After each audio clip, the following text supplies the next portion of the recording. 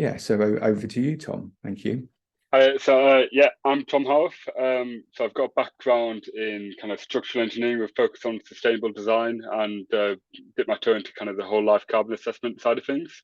But through that, I kind of found a specialization in reusable steels, and following that, I kind of joined EMR, who are a reused steel stockholder. But I'd say they're more than a stockholder now. They're really pushing stuff on the engineering and design side and research side.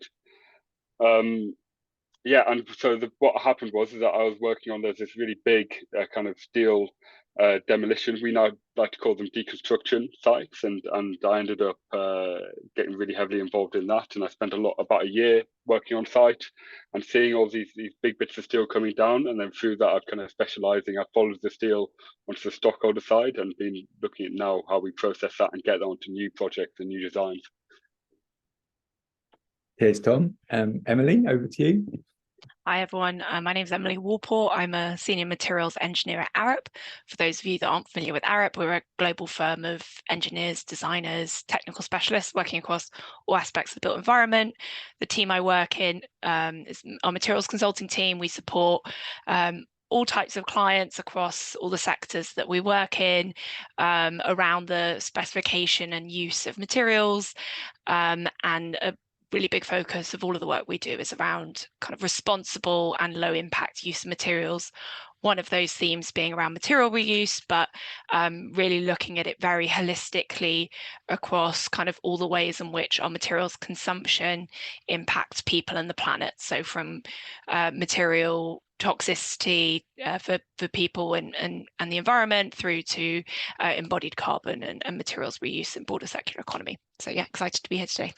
Great, thanks, Emily. Now looking forward to your case studies. And yeah, lastly, Charlie. Well, you'll be sort of leading the conversation from here. So yeah, great to have you back on Meshwork. Thank you.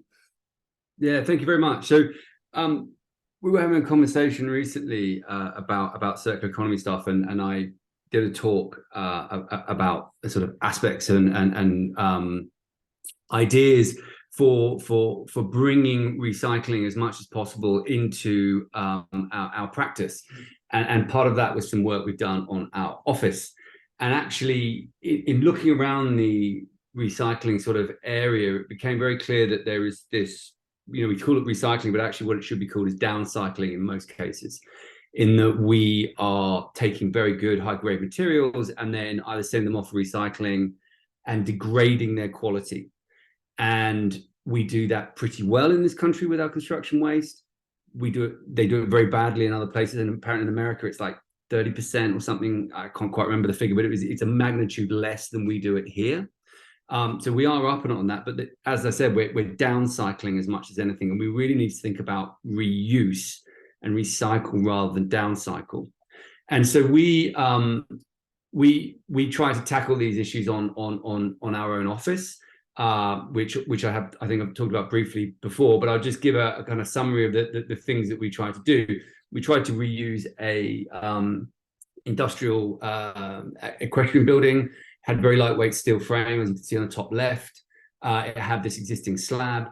We engineered the building to be as light as possible. We did a bit of stiffening work using the rails that we took off the building on some of the edges, and we made the building sit within, as you can see here, within the frame of the other building, so we put no additional load into the frame, and we made the building have very wide footprint so that we didn't put a huge amount of additional strain onto the slab, and we could just put a thin leveling screed down and reuse the building. We then used a lot of recycled materials inside around wood and windows that we'd taken off other jobs, and actually at the whole back of the building, if you can see down here, had a large concrete yard, and we sort of smashed that up and used the concrete yard to create the finished floor and decorative design of the final building. So we were very much sort of flexing what we did in the building to make use of what was there. So floor slab, existing concrete blocks we took down, we reused all of the shading over the outside of the building. As I said, the floor slab, all the timber in the windows, internal windows. And the way that we laid the insulation in the floor was done with as few cuts as possible and just dry laid so that we can take that all up and that can go for reuse on another site. And it became a very affordable way of doing it. It was quite a bespoke way of doing it, but it opened up an approach to design that was really interesting and exciting. We're doing a wider project, which I'll talk a little bit about, with a local nature trust. And we had done a job where we picked up a stone barn and had to do a load of work underneath it. And there was quite a lot of supportive steel work, which I felt very uncomfortable about with the embodied energy for the temporary works. And what we managed to negotiate with the owner was that they would give us all of the steels at the end of the job, and that we would find a useful home for them rather than them just going off for general recycling. And one of the things we identified was a wildlife garden at RHS Malvern Show, which we worked with Oxford Garden Designs. And it was a garden that we agreed we wanted to make from as much recycled materials as possible. So we, and using all native endemic species. And this is the final garden using all of the secondhand steel. So it was sort of like, we need to put a structure on there. And we went out to where we had all these steels and all the wood we had and all the fences we'd taken down from doing the land improvement work here, and just designed a building using the materials that we had. So it was a very sort of reverse approach where you design a building and find the materials to make it fit. We went to the materials, knew roughly what the building needed to do, or structure, should I say, in this case, and then made it work. So everything within that building is secondhand. If you look in the wider landscape, the mesh is secondhand, the angles are secondhand, the sheet piling in the lake is secondhand. All the bits of wood, the construction rubble was secondhand to create this very wild, biodiverse, rich environment. And it really, and we did it as a dry run to test a much larger concept, which I will come on to in 1 second. But it really resonated with people, and we won a gold medal at RHS Malvern and Best in Show. So people absolutely loved it, and they loved the story behind it, and I think they loved the aesthetic that it drove. We've taken that idea and we're doing an outdoor theatre at a local school, which will have a community outreach sort of benefit, and again, trying to work with as much recycled materials as possible. But it's an interesting one in that we don't have the materials in this case. We know how we want the building to function. We don't know what it's going to look like, but we've started the process of going out to the wider community to say, what materials have you got? And we're starting to create a list of all the materials that they've got around the back of their shed. Some of these are farmers, a relatively rural community. And so we're going into planning with a building that we don't know how it's going to look. We don't know what we're going to build it with because we don't know what we're going to get, but trying to sort of navigate that process. And it sort of started asking a huge number of questions about how you actually do this. Like, we've all got these best aspirations, but how do we do this? And the back of that, so I'm jumping around a little bit here, but I'm trying to show that we're growing in scale of the ambition of this process. And the RHS Garden was about testing this idea called wider spaces, which is a thing we're doing with actually it's now the National Wildlife Trust and a number of other high-profile partners that were at the very final stages of signing up.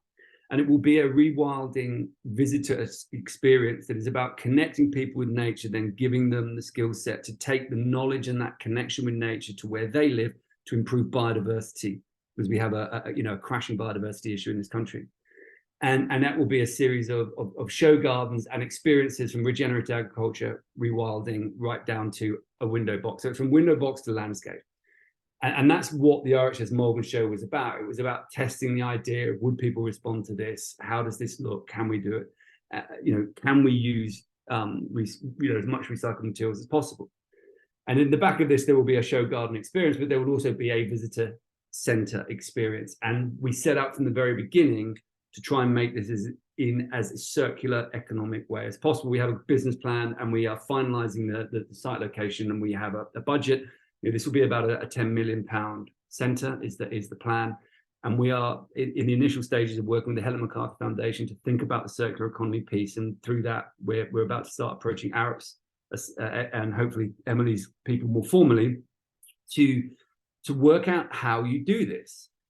Because that's the big question. Like, it's fine when you're looking at it for a small shelter in an RHS show garden, and actually that shelter is going on to a permanent installation at a nature reserve.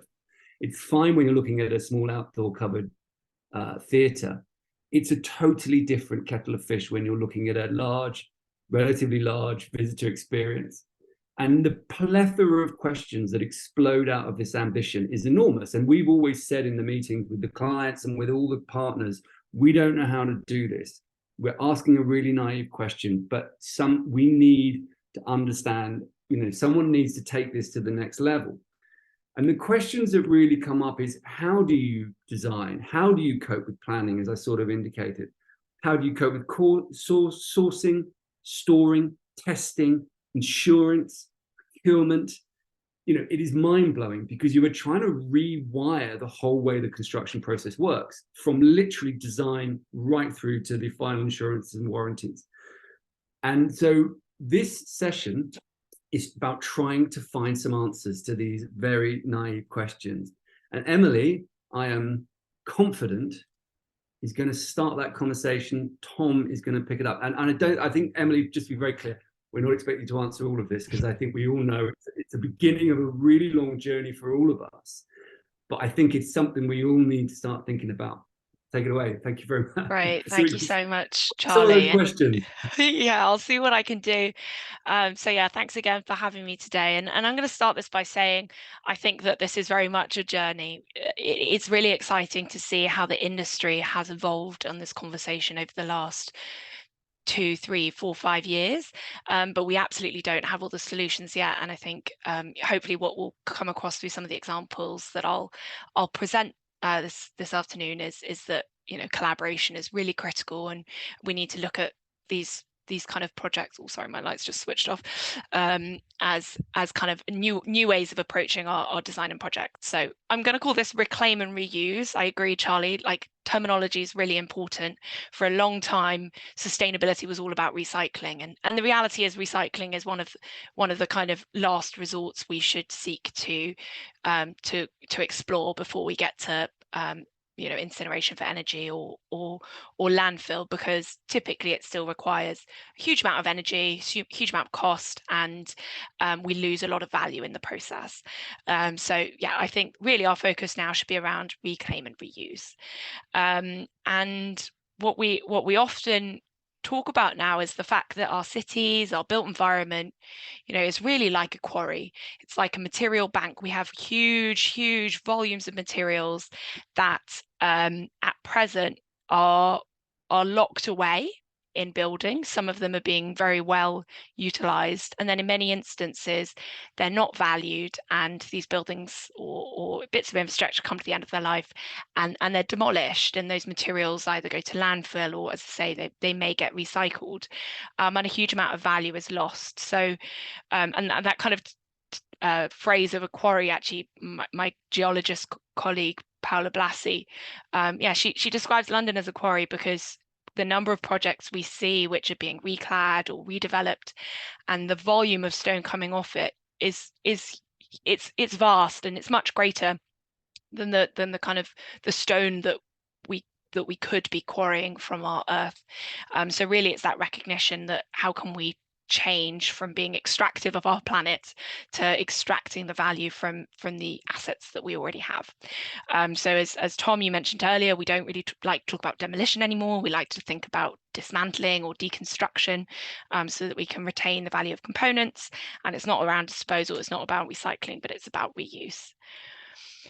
And I'm not going to go into this in detail, because I know that all of you are here because we all believe that this is the journey we should be going on, but I think it is worth recognizing that there's lots of different potential benefits of reusing materials. Yes, it might help reduce our embodied carbon or make our buildings or projects more resource efficient, but there can be time saving, there can be cost saving, there can be a kind of important kind of social value benefit, generating new jobs and value streams local to developments. It can strengthen community networks through the cascading of materials through our communities, among a number of different things. And I think that part of why I always kind of refer back to this is, depending on the type of client or the type of conversation I'm in, often kind of positioning the value story looks a little bit different depending on the particular priorities of a client or a project. So sometimes kind of selling the cost side of things is the most important, whereas other times people are being really driven just by the kind of environmental and kind of social value. So I'm going to primarily just very briefly run through 3 projects, and they're, I think, probably at a different scale to some of the types of projects that you and your firms work on, but many of the approaches are transferable, or perhaps just demonstrate, I guess, the direction that the industry is going in. So I've got a kind of example of an office building built about 20 years ago, which is no longer fit for purpose for a number of different reasons. So there's the question of, rather than demolishing it and building new, how can we increase the office space, make it fit for purpose, but do that in a way that also minimizes our footprint. The next one is around a kind of totally new development, part of our energy infrastructure, and how we can deliver both a kind of socially useful but also responsible, environmentally responsible project through the reuse of, in that case, steelwork. And then the third one is a project from EPFL, and it's a research project really starting to look at kind of a material that typically is not considered in the kind of reuse conversation around concrete, but how we can start to think of the potential that existing concrete assets can provide to us. So this first project is One Triton Square. Some of you may be familiar with it. It was designed by Arup for British Land back in the 1990s. And 20 years later, they came to us again, along with the original partners that we worked with, really to explore how they could sustainably expand and adapt the building for today's work styles. But they really, really wanted to focus on kind of an overriding commitment around reuse rather than replacing and rebuilding. So I think one of the benefits here is that, having worked on it previously, we did have a very good understanding of the system, the materials, the kind of potential that they might provide. But really, we had a very kind of significant focus around reuse, and one of, I think, the biggest kind of success stories on it was around the facade. So as opposed to demolishing the glazing, and I can talk about that at another point, most of our float glass is downcycled. Very, very, very little of it is ever reused or recycled back into float. That's another story. So that potentially has a really big impact. But the project team was able to reinstall 3,500 square meters of reconditioned and re-warranted glazed facades. And the way they did that is by developing a temporary workshop established 30 miles from the site. Because when we looked at kind of the overall impact, if we were to ship it back to the original suppliers in the Netherlands, the transportation impact associated with that would outweigh any kind of benefit of reusing the system.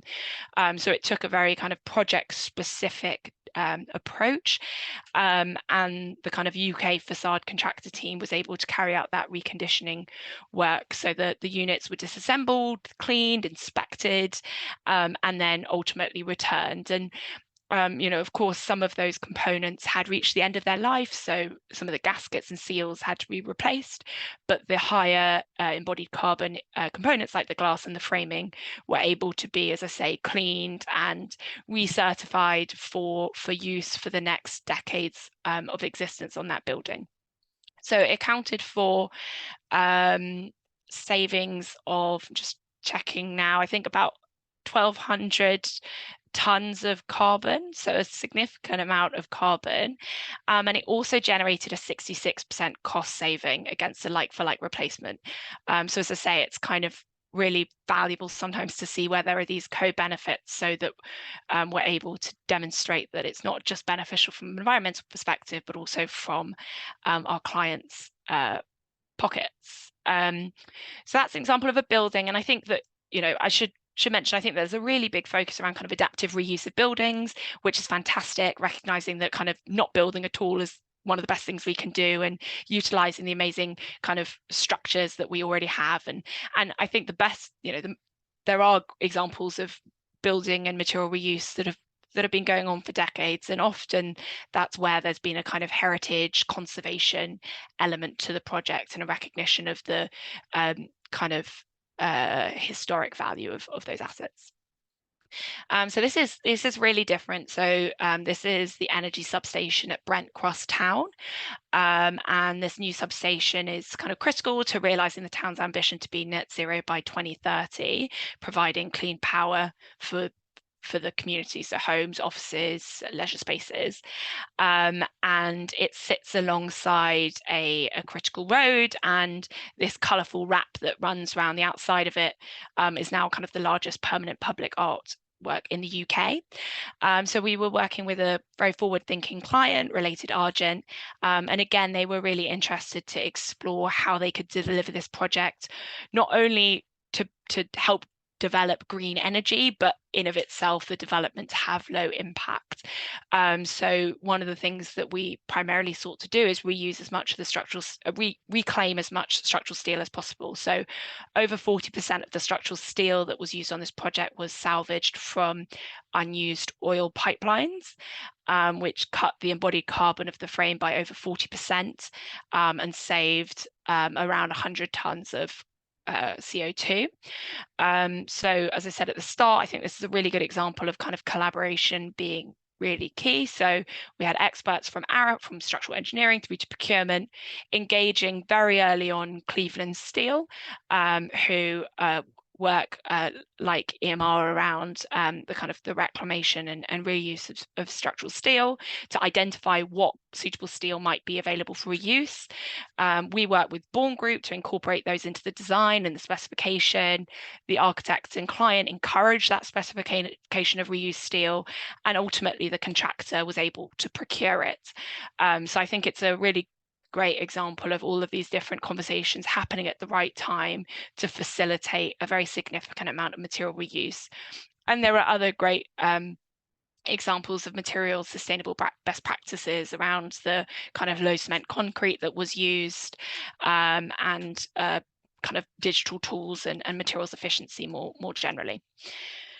And then this is like much more of a kind of nascent research phase. So EPFL researchers have built this prototype footbridge, and it's using reinforced concrete blocks that were cut from the walls of a building that was being renovated, and those walls were going to be demolished.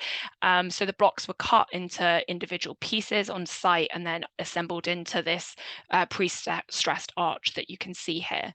So I think that this is a really exciting example of starting to kind of really challenge some of the assumptions that we have as designers and engineers around what materials can or can't be reused. There's always been a big focus on interior finishes and perhaps things that we can kind of dismantle as opposed to demolish. But I think this is a really nice example. I think it's the first time concrete's been kind of reused in this way, and hopefully sets a nice precedent for future developments. Just before I close, I guess I just wanted to highlight this project. So this was a project that we did with Grosvenor Group a couple of years ago. It was a kind of collaboration with a number of different organisations, Elliott Wood, Orms, Heta, Arup. We worked with London, as well as a number of different organisations. And really it was a kind of research exploratory project looking at how can we accelerate the reuse of materials in London. But you know, the question stands really wherever you are. So a lot of it was looking at what are those barriers, doing some interviews with different stakeholders across the supply chain, and then looking at how we can overcome them. And the four kind of images you see on this slide are four of the kind of publicly available guidance documents that were developed off the back of it. So one from Elliott Wood around how you kind of assess materials to understand how they can be reused. There's some particular focus around steel.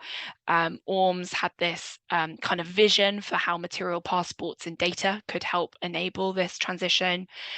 We did some work with London, which was partly focused on creating these like very focused reuse profiles for different materials, as well as looking at kind of like what are the different platforms for sourcing reclaimed materials. And then Heta did a piece around specification banding. So there's lots and lots of guidance on the internet now, which starts to help, I think, all of us in overcoming some of these barriers. but there are barriers, and some of them are perceived and some of them are really real. So this is a slide that pulled together by Rebecca Hartwell, and it kind of summarizes, I think, quite nicely the kind of range of different barriers there are, from financial, regulatory, through to knowledge gaps, and kind of risk aversion. So I think these are some of the things that we can explore during our discussion later. But I'm going to end there. Thank you. Work out how to stop sharing. Thanks, Emily. Tom, you're mute. Oh, cool. Yeah, just get the presentation up.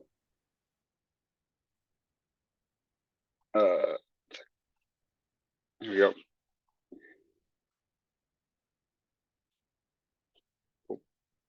Start. Okay, so yeah, thanks for that, Emily. That was really interesting.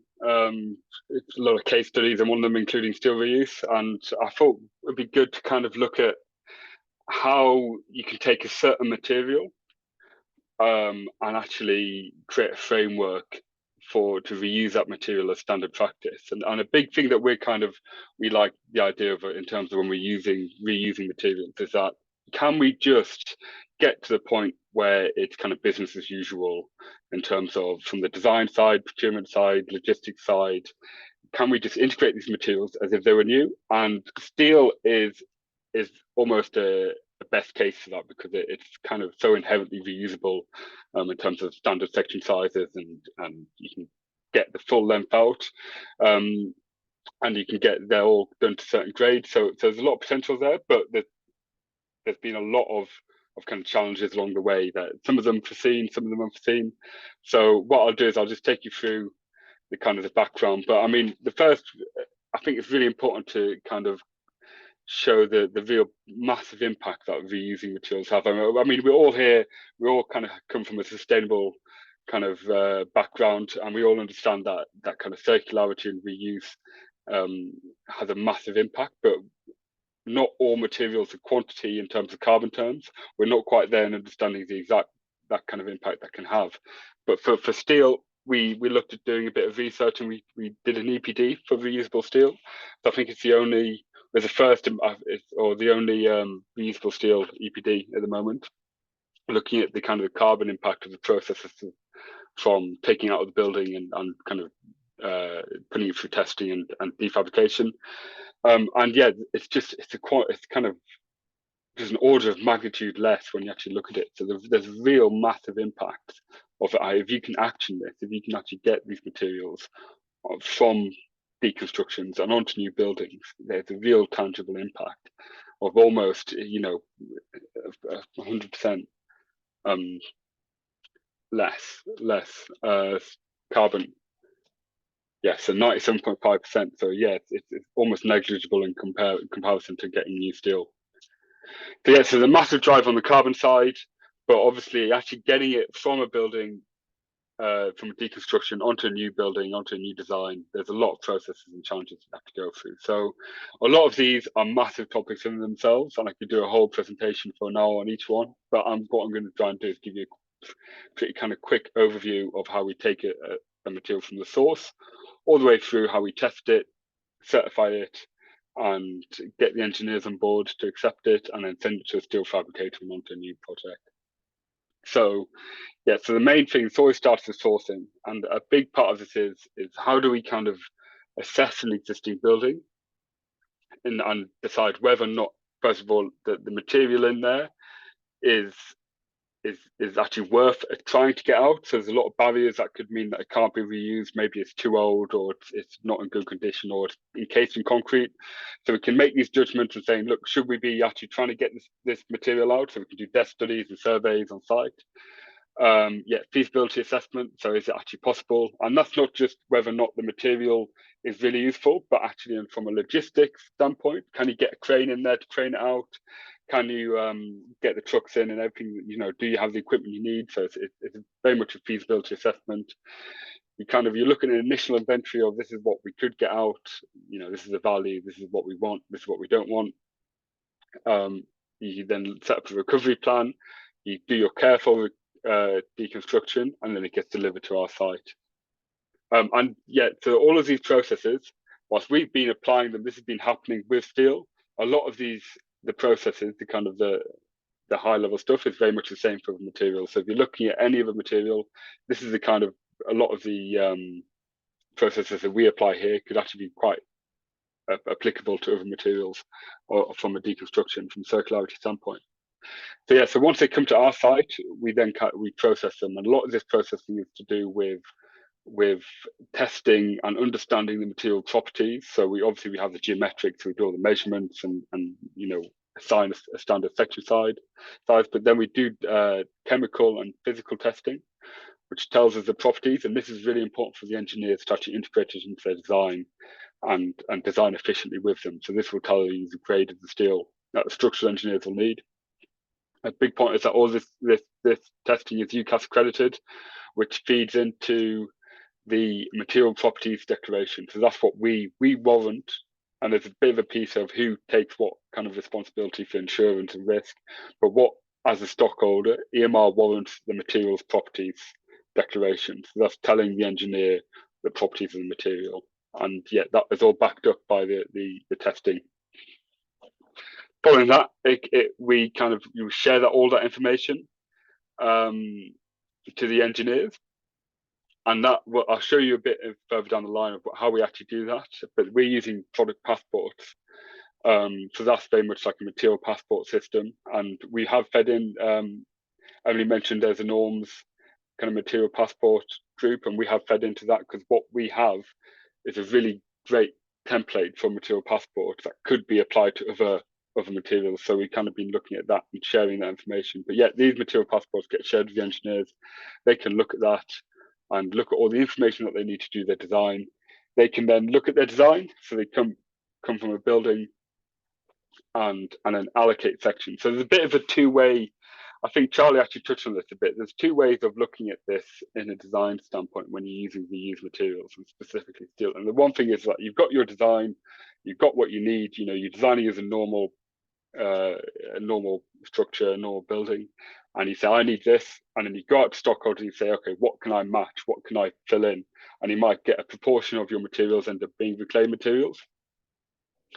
And the advantage of that is that you're not trying to kind of shoehorn, just because you've got something doesn't mean you're trying to shoehorn it into your design. It's actually for the industry, it's a better approach, because the stuff that you have that doesn't fit your design, you can put into a wider stock list, a wider market, and then someone else might have the perfect use for this length of beam, or if it's a window, they might have the perfect window opening that they could put it in. So, but the other way is where you kind of see this a lot with clients who have one building and they want to take all the material from that building and use it on another building, or they've got a refurbishment kind of project where they're taking materials down and putting it back up on the same site. And that's where the designers will actually, rather than having a fixed design, they have a very flexible design, and they almost, as Charlie mentioned, it's kind of that kind of same process. What do we have, and what can we make out of it with our design? So it's two different ways of approaching it that we've seen done in practice, and both have their advantages and disadvantages.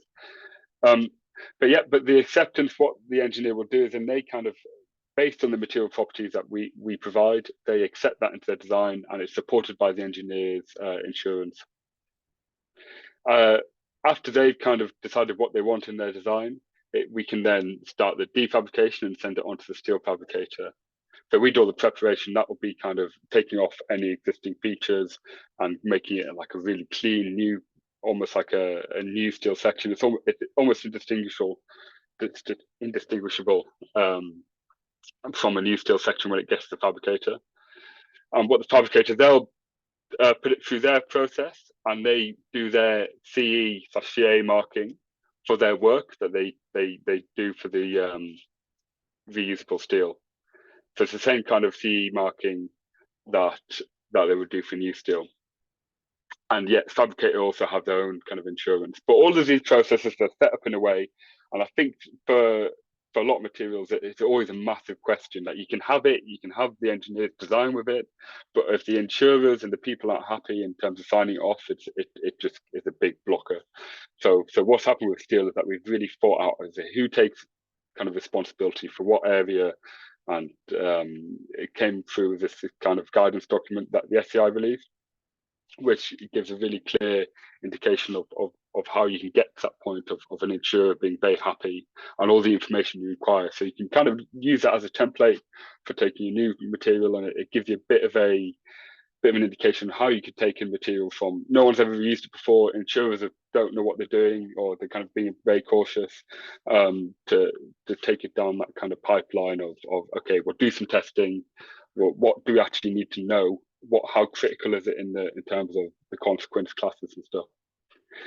So yeah, as I said, there's a lot of detail on this that hopefully I can share in more detail at some point. But a big point of this, and this is our project passport, that when we do all this information that the designers need, they need to be kind of able to dissect that in a meaningful way, and have that material, that a kind of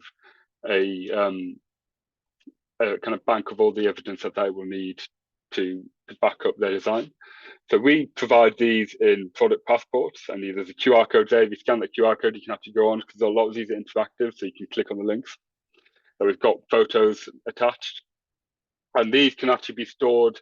So you can see this is a PDF version, but we look at integrating them into BIM and other kind of models and with tags and stuff like that. So we kind of keep that history of the design. And what's really useful for that is that coming down the line, when you go to reuse these sections, they've already got all this information provided. So what we find is that with existing buildings that are built 40 years ago, 50 years ago, we don't know what's in there, which is why I have to survey. But ideally, when we put on reused material into the next building, the people are coming around in 50 years' time, I want to look at it, all that information is stored in there.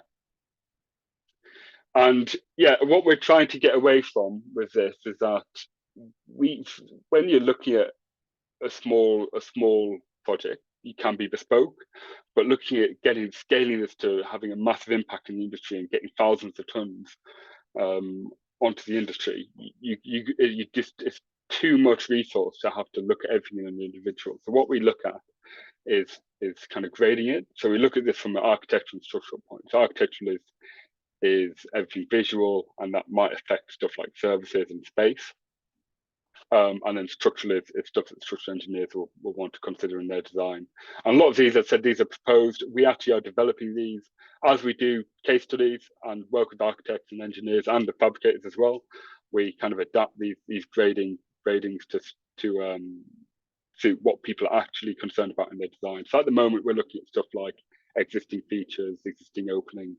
But if there's anything, if you were to kind of put something in design, actually something came up and it was a really big issue, we can add that into the grading and categorize it rather than looking at every single individual beam. We can then categorize it. And from a designer standpoint, this is really powerful, because what you can do is, instead of having to look at every single individual beam, you can, when you put out your procurement, you can actually say that I want everything to be at least grade C1 or C2. And then we can supply that on that basis, on a grading basis. Another point in this is that we can also integrate this into kind of design softwares. It's something that we're exploring a lot. So from a design standpoint, all you need to do is just be a tick reuse steel and the grade of the reuse steel, and it should just kind of streamline your design. There's no extra considerations there. All the safety factors would get implemented automatically into calculations. So yeah, I've just finishing off with a few photos of how we kind of go through this. So this is some pre-deconstruction, and then post-deconstruction. You can see they actually come out in pretty good condition for the larger steels. Damage is obviously a consideration, but if we can follow that careful process, you can get them out in good condition. Tom, just while you're showing those photos, I'm sort of picking up on Charlie's sort of wider question of sort of how do we do this? What level of steel do you have? So between you, EMR, and Cleveland combined, I mean, how much steel can you provide to satisfy the markets? You know, how because you know you've got the passports, you've got the proposed gradings, etc. So how much demand can you satisfy? Or at the moment there isn't the demand because people were just not aware. To be honest, so yeah, touching on that, the demand is massive at the moment. I mean, we could, if we had 10 times as much steel, we'll be able to supply 10 times as much, because everybody kind of wants to get it on there. It's such a low, that carbon saving is so big that there's a real driver from the kind of the design side to actually to get reused steel on their buildings. And all of this stuff I've been talking about, from the design and logistics and procurement, that getting onto a new building is actually, there's not that much, there are extra considerations, but we're streamlining that. So it's very much like designing with new steel, and procuring the logistics and the construction is very similar to new steel. So actually the challenge we have here is actually the deconstruction and the sourcing. It's how do you get it out, and how do you convince clients that it's actually a worthwhile point to make the effort. There's always a cost, you know, your deconstruction, your demolition is going to cost more, but then you get the value back when you reuse them.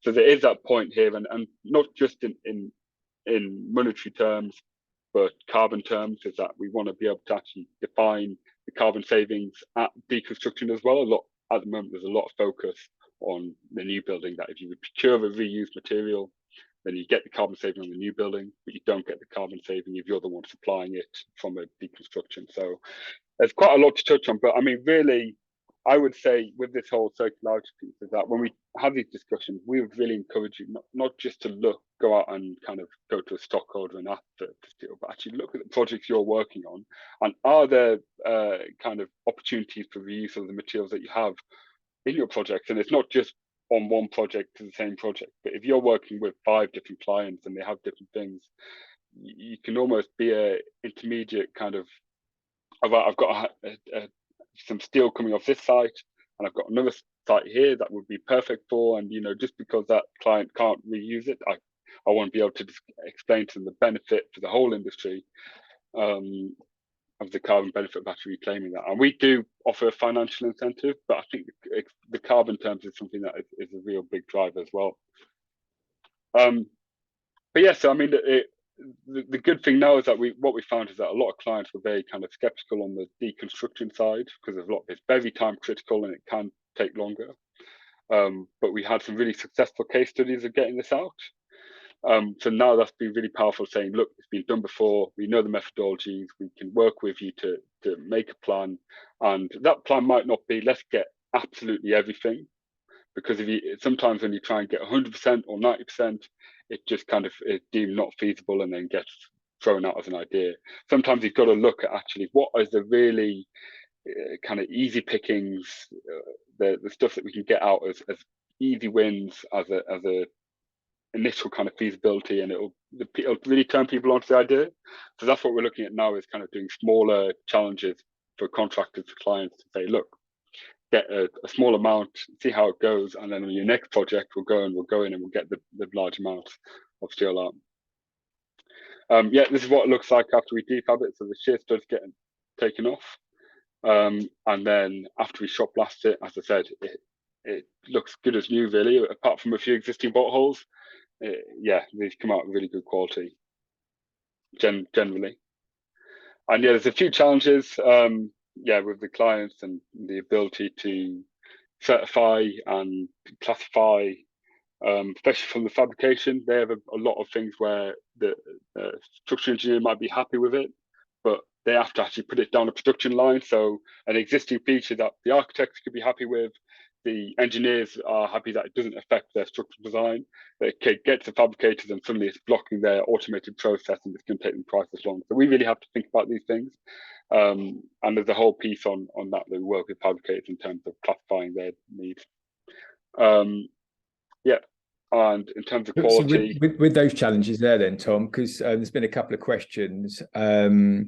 Pete's asked one, and I'm just, obviously you have a process from a steel perspective, and it'd be unfair of you to sort of to whether timber have the same process going on. And even Emily, you've been asked a couple of questions around the windows so just I think it was Pete, and sorry, let me just bring them up. But Jim, sorry, I'm just going to scroll to the bottom. Here we go. Yeah, Jim asked Emily, how does reused glazing meet current triple glaze solar control standards? Is that something you could talk to? Or? Yeah, of course. So, I mean, it's a really good point. A lot of the focus for retrofitting existing buildings is to make them more energy efficient.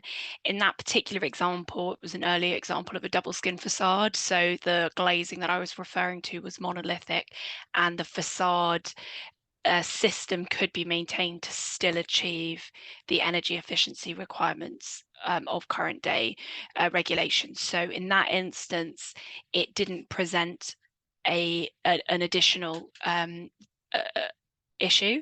There are examples of projects that have taken out units and added an additional pane of glass to for instance double glaze them. With all these things, there's the kind of carbon payback period that needs to be understood. So what's the embodied carbon? How quickly does it take to pay off the embodied carbon associated with these, say, additional panes of glass or otherwise, to pay back the operational savings? So triple glazing, in a lot of instances, it doesn't always pay back preferably. But yeah, you're absolutely right. Like, the operational performance is something that has to be considered hand in hand with any of these types of interventions. And then there's quite a lot of work being done with vacuum glass as well, because of the thinness and the high thermal performance that you get, that you don't have to suddenly get massively altered rebates due in order to get a vacuum glass panel in and really get, push that performance up past triple glazing or equivalent triple glazing. Yeah, and actually there's like a big circular economy question around insulated glazing units, because the reality is the design life of an insulated glazing unit is, or the functional life of an insulated glazing unit is typically around 25-30 years, which means that actually a lot of buildings are having to have the glazing retrofitted because the seals are breaking, and then those panels need to be replaced.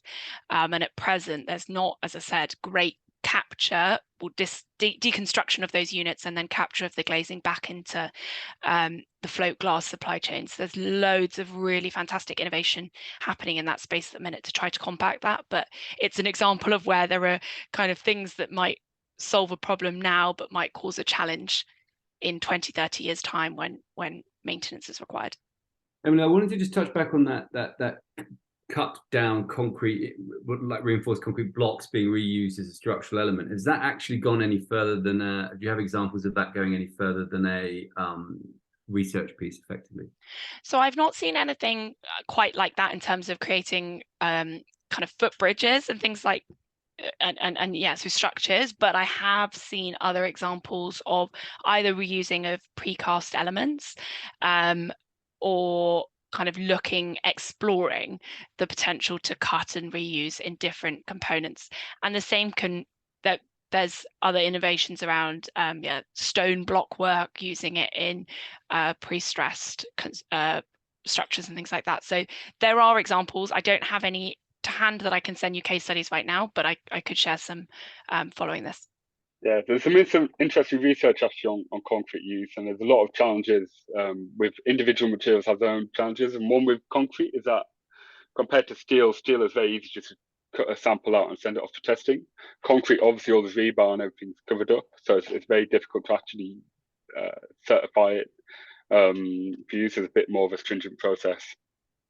Yeah, I think that I think the kind of like one of the big questions that seems to be here is around like the risk associated with the reuse of materials, and the fact that a material has had a previous life doesn't always impact its ability to perform intended function for a new application, but it sometimes does.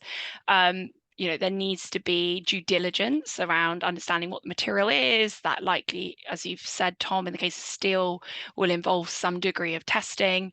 And then once you've got confidence in the performance of that component, then it's much simpler to look at kind of re-warranting it and then having the kind of lower risk approach to reusing it. So different materials have different questions associated with their ongoing performance.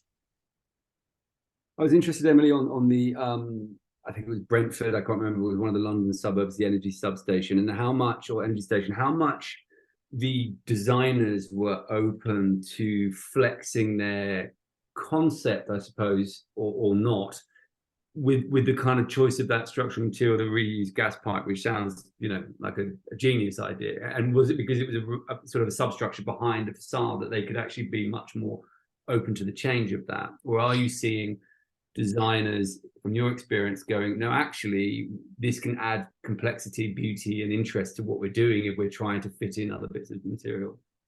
I think that example is an example of the latter. I think that really, if you go from a typical steel section to suddenly you're procuring X pipeline material, you've got a very different form, and that ultimately will influence the design that you take.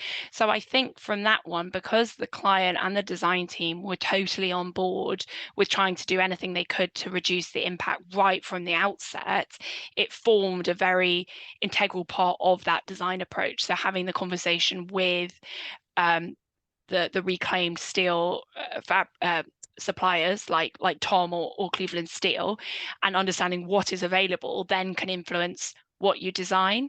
I think you had a really interesting example earlier, Charlie, where you kind of are working, you can take it from either side. You can have a design and then go to the market and find that, yes, something meets it, or no, actually, none of those materials exist. So then you're back to the drawing board.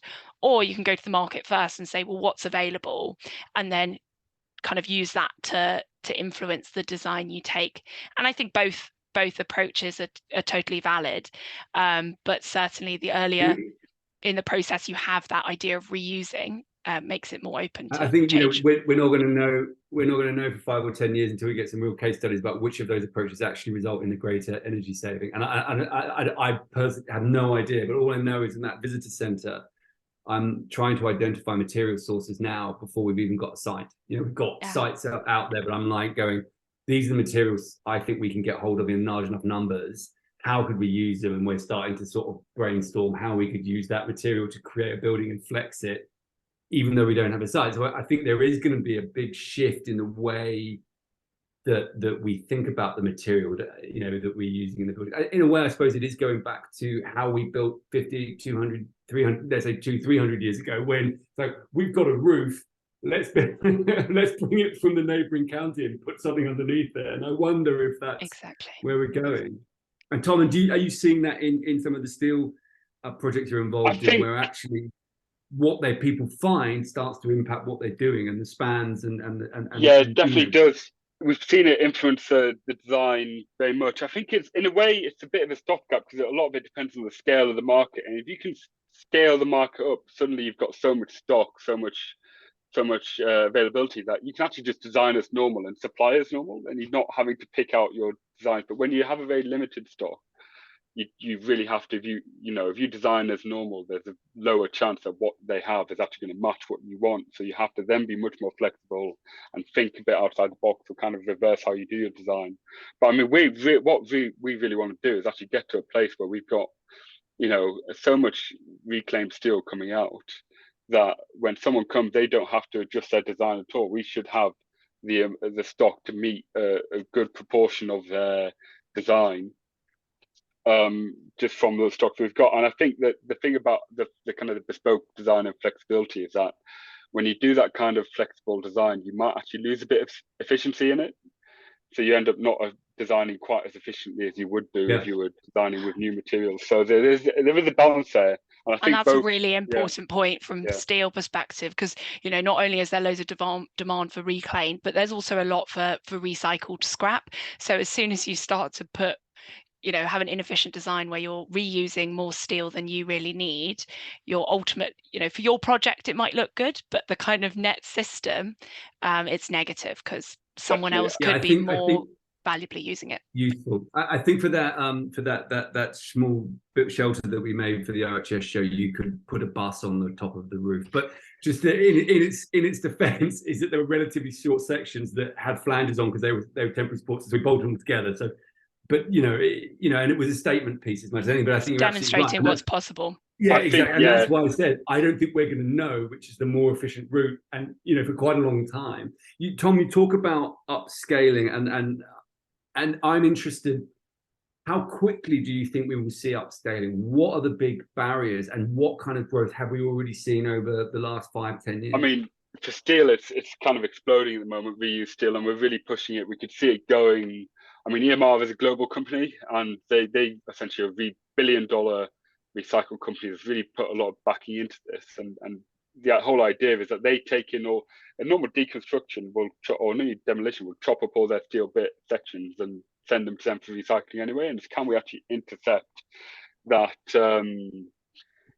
that kind of supply chain from the recycling and get at least a proportion of it out as reusable and have that carbon impact? But I mean, I think there's a real drive now, not just for steel but for all materials, is that can we start changing that mindset to look at a city as an urban mine and procure from what we've got there. And from a steel perspective, I don't know off the top of my head, but there's millions of tons of scrap steel that come in every year, and a lot of that goes into recycling. And even if you can just intercept a small proportion of that, you can have a massive impact. So we can see it really scaling. And now that for steel, we've kind of overcome a lot of these barriers, you can really see it in the next 5-10 years becoming industry practice. And the value piece on this, I think, is a massive thing, because we all kind of care about the environment. But there's a lot of developers who's not just in the UK but globally, that might not be the thing that they're thinking about. So if you can scale it in a way that actually from a value piece it becomes the same, either cheaper to reclaim and reuse material or the same price, you no longer have to convince people on carbon terms. Suddenly that becomes industry practice because it's the economic thing to do. So I really see some power in the kind of the economic side of it. If you can really figure out how to make it a really efficient and because what we are doing is we're retaining the highest value of a material. So if we can actually make our process of getting that material lower, the cost of that lower, then suddenly it will become standard practice without having to convince everyone that they're saving the earth, which is is a powerful. Yeah. How close to cost parity are you at the moment? Is it a cheaper or more expensive option? For steel, it's probably we're getting towards parity. We're kind of there's a lot of investment in the research and development side, so obviously that's kind of initial investment. But in terms of processes, we're getting towards parity, and we're really pushing it to, go there. And that's an interesting question and a point at this moment in time. And so I'm conscious we've gone beyond 1 o'clock. But actually, with if it's not at parity, you've got to be pretty passionate to be buying this. Well, I mean, my understanding, a lot of the outlook in this grew out of doing carbon analysis on wider schemes. And so if you're setting yourself carbon ambitions, and for example, we're looking at a scheme for a very large landholder and we have to hit LETI numbers, basically, that's what they're saying. And at certain times to hit LETI numbers, Tom can rescue your scheme. And as crass as that, and the cost the difference between getting that scheme below the LETI threshold by using reclaimed steel, suddenly that's actually cheap. There might be a cost involved, but from the planning side and stuff as well, it could be the difference between getting planning permission and not getting planning permission. So it's that kind of cost there when they do the calculation.